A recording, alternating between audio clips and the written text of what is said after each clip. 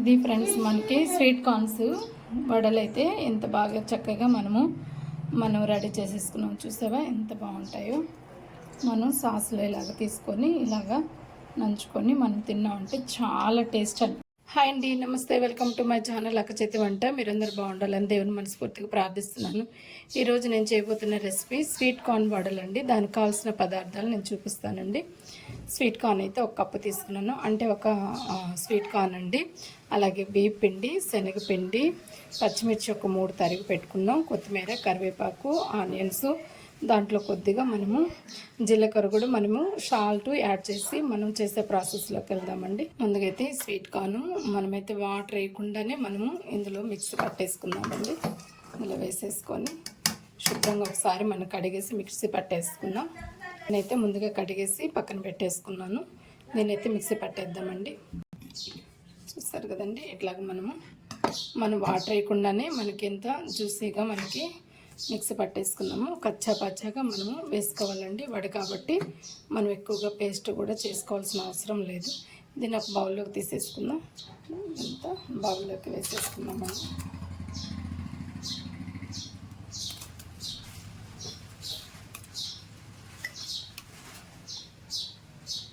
చూడండి, కొద్దిగా సాల్ట్ వేసుకుందాం. ఇందులోనే కొద్దిగా ఇడ్లీ సోడా వేసుకుందామండి. వేసుకోకపోయినా పర్వాలేదు, అయినా కొంచెం వేస్తున్నాను.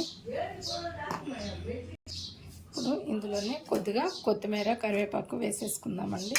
పచ్చిమిర్చి కూడా వేసేసుకుందాం. అలాగే ఆనియన్స్ కూడా వేసేసుకుందామండి.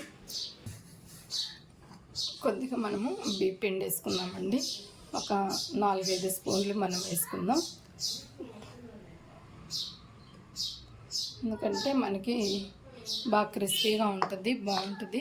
శనగపిండి కూడా ఒక 4 స్పూన్లు వేసుకుందామండి. ఇందులోనే కొద్దిగా మనం జీలకర్ర కూడా యాడ్ చేసుకుందాం. చూస్తారు కానీ ఒక పావంతు జీలకర్ర తీసుకుందాం. ఇప్పుడు ఇదంతా మనము ఇలాగా కలిపేసుకుందామండి. మొత్తము కలిపేసేసుకుందాం.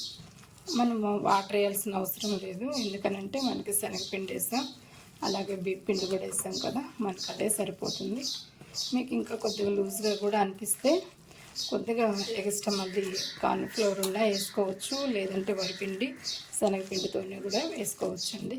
చూస్తారు కదండి, మనమైతే ఈ వడని మనము ఎక్కువ ఆయిల్ పోసి వేయట్లేదండి.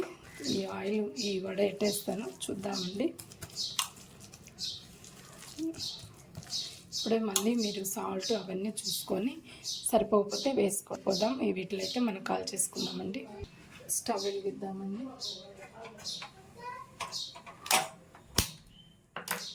ఇప్పుడు మనం దోశ పెన్ పెట్టుకున్నాం. వీటిని మనం ఇలా వడలు చేద్దామో చూద్దామండి. చాలా బాగుంటాయి. చూడండి, ఈ పెన్ మీద మనం కొద్దిగా ఆయిల్ వేసుకుందాం.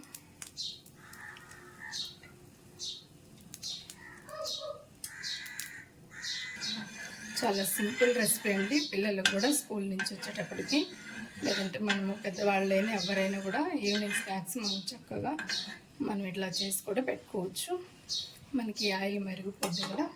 ఇప్పుడు పిండినైతే చూడండి కొద్దిగా ఇలా తీసుకొని మనం అరచేతుల్లో ఇలాగ అనేసేసుకొని ఇలా తీసేసి మనం ఇలాగా వేసేసుకోవడమేనండి. చూడండి, ఇట్లాగా మళ్ళీ సెకండ్ వైపు కూడా మనం వేసుకోవడమేనా, ఇలా తిప్పేసుకోవడమేనండి. ఇట్లా 2 వైపులు మనకి గోల్డెన్ కలర్ వచ్చేంతవరకు ఇలాగా ఫ్రై చేసేసుకొని మనము ఇట్లా కాల్ చేసుకొని తీసి ఒక బౌల్లో పెట్టేసుకోవడమేనా. చూస్తారు కదండి, ఇట్లా మనం 2 వైపులు ఇలా తిప్పుకుంటా మనం కాల్ చేసుకోవడమేనండి. చాలా బాగుంటాయి. మంచి కలర్ వచ్చింది కదండి. తీసేసుకుందామండి. తీసేసి ఒక ప్లేట్లో పెట్టేసుకుందాం. ఇట్లాగా మిగతా అన్నీ కూడా మనం కొంచెం ఆయిల్ పోసుకుంటూ వేసుకోవడమేము.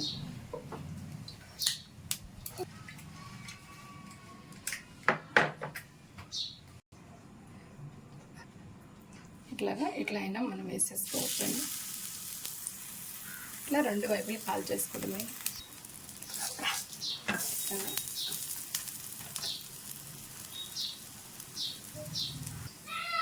చూసారు కదండి, ఇట్లాగా మొత్తము ఇలాగా తీసేసుకోవడమే.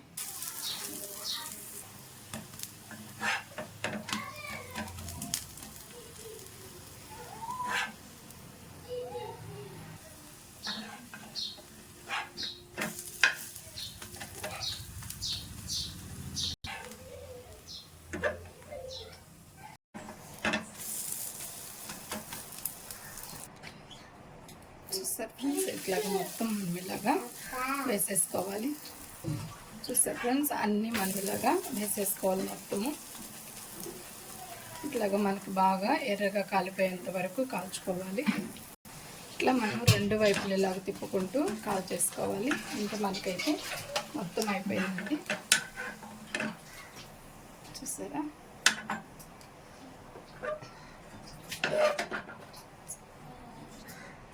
ఇది ఫ్రెండ్స్ మనకి స్వీట్ కార్న్స్ వడలు అయితే ఎంత బాగా చక్కగా మనం రెడీ చేసేసుకున్నాం. చూసావా ఎంత బాగుంటాయో.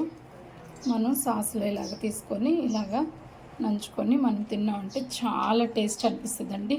మీకు నచ్చితే లైక్ చేయండి, షేర్ చేయండి, సబ్స్క్రైబ్ చేసుకోండి ఫ్రెండ్స్. నమస్తే, బాయ్.